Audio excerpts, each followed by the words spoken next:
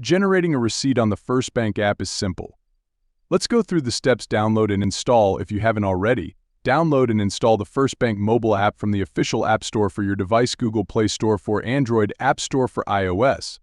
Log into your account, launch the Firstbank app and log in using your username and password.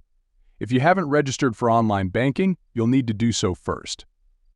Navigate to Transaction History. Locate the Transaction History or Account Activity section within the app, where your recent transactions are displayed. Select desired transaction. Choose the specific transaction for which you want to generate a receipt from the transaction history list. Tap on the transaction to view more details. Access receipt options. Look for an option or button within the transaction details screen that allows you to generate a receipt. It might be labeled as Get Receipt or Generate Receipt.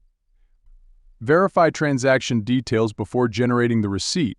Review the transaction details to ensure accuracy. Check the amount, date, and any other relevant information. Generate receipt. Once you've verified the transaction details, tap the Generate Receipt or similar button.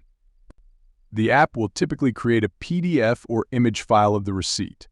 Save or share receipt after the receipt. After the receipt is generated, you'll have options to save it directly to your device or share it via email, messaging apps, or other platforms.